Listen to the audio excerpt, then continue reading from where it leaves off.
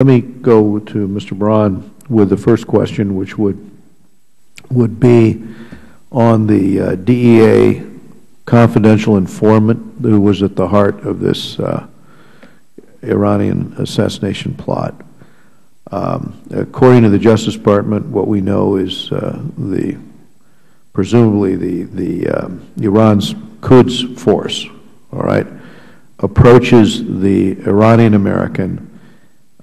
It was last spring, and they approach him with the idea of recruiting narco-traffickers into the plot. What I was going to ask you is, if this is the case, what it would tell us is that Iranians were comfortable swimming in those waters, you know, in terms of the cartels in Mexico.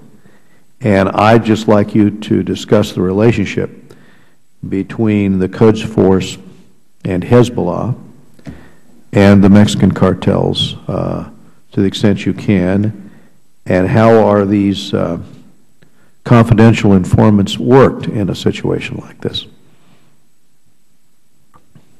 Mr. Chairman, some important points. The DEA on any given day of the week has got several thousand confidential informants that are working for the agency domestically and around the globe. An important point to make about law enforcement confidential sources, and I don't mean to in any way diminish the importance of human intelligence sources within the intel community. But in law enforcement, those sources have to pass what I call the judicial test. And by that I mean at some point in time when their case handlers are interviewing them for the first time or the 100th time working with them, what's in the back of their mind is at some point in the future, he, meaning the informant, and or me, meaning the agent, is going to end up in a federal courthouse testifying under oath about what's happening, and is going to be raked across the coals by a defense attorney being paid way too much money, and it's not a pleasant experience. So the agency goes to great lengths to corroborate every piece of information that those sources reveal. And one important point. Another important point here is that it is not unusual for the DEA, which is a single mission agency, but obviously multifaceted, as they're working the most complex investigations in federal law enforcement, targeting the most ruthless drug trafficking cartels in the world, for them to come up against terrorist organizations, against money launderers, hitmen, arms traffickers, you know, what I refer to as the potpourri of global scum. It happens routinely. You know, another important important point. But you know, with that said, the DEA relies heavily on those informants. They have, over the last several decades, relied more heavily on judicially approved telecommunications intercept operations that were used very effectively against guys like Boot and others.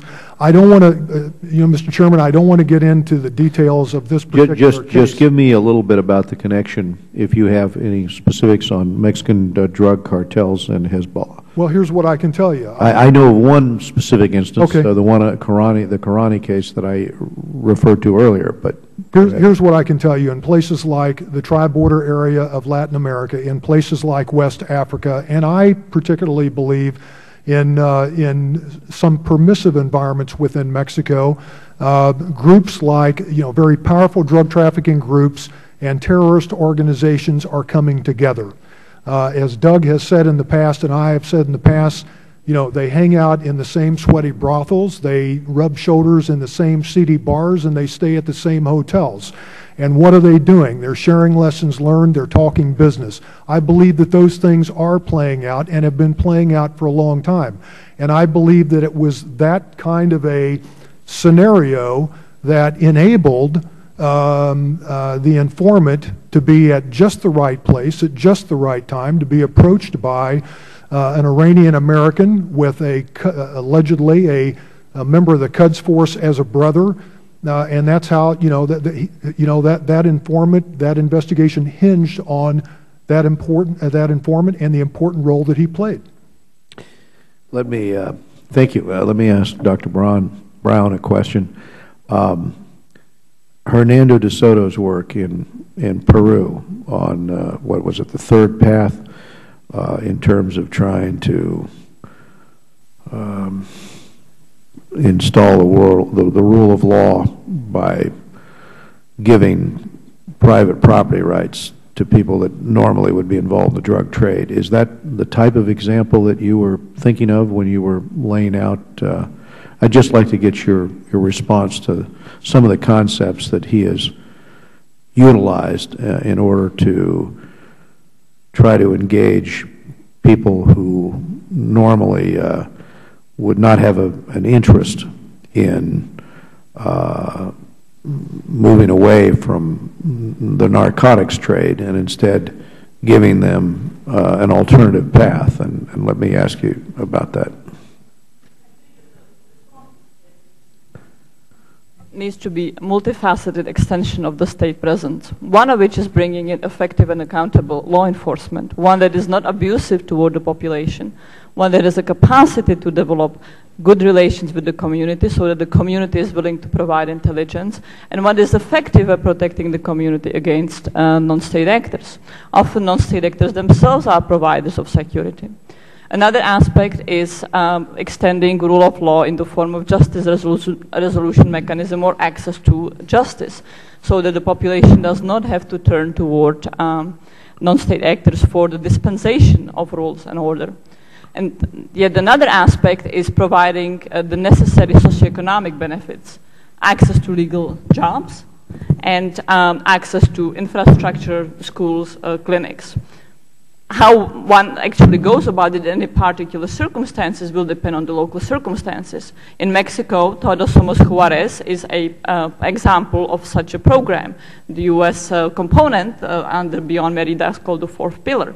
But the goal is to satisfy the ability of the population to have legal livelihoods and access to rule of law through official state mechanisms.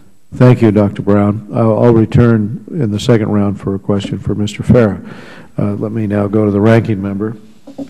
Mr. Connolly? Mr. Chairman, I'm happy if you wish to pursue that, and I'll go after. Oh, very good. I'll go with one question, then Mr. Connolly, and then over to Dana Rohrabacher. I wanted to ask you, Doug Farah, about the learning curve that seems to be pretty rapid in these parts of the world as we see the explosives used by the drug cartels, for example. They started a few years ago with pipe bombs, and then all of a sudden you've got these radio-triggered plastic explosive car bombs. And it does look as though there's an expertise that's being shared. I was wondering if you had any information on the types of expertise that gets transferred, and what kind of support, outside support, the cartels might be seeking.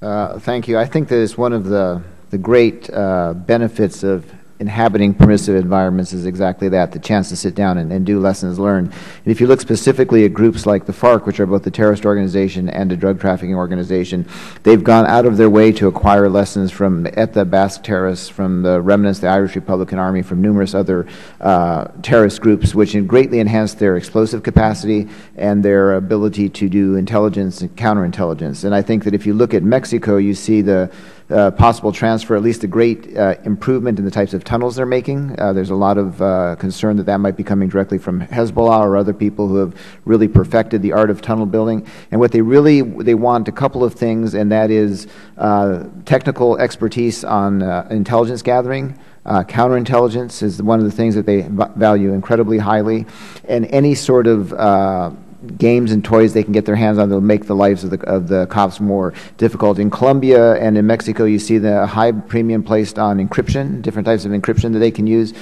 because as as Mike knows well, when the DEA needs to buy something, it has to go through a process of acquiring it and bidding and all that stuff. These guys go buy the best off-the-shelf stuff, and they're generations ahead, sort of almost by default.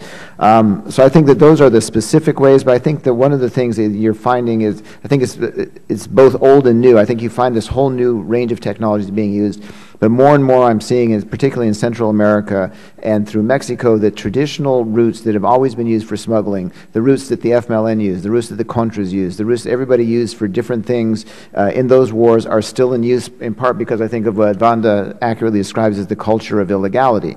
It's very difficult to establish a state presence in areas that have always used illegal methods for, or what they don't consider to be illegal methods for their livelihoods, but the explosion of drug money into those networks is what really changes the game.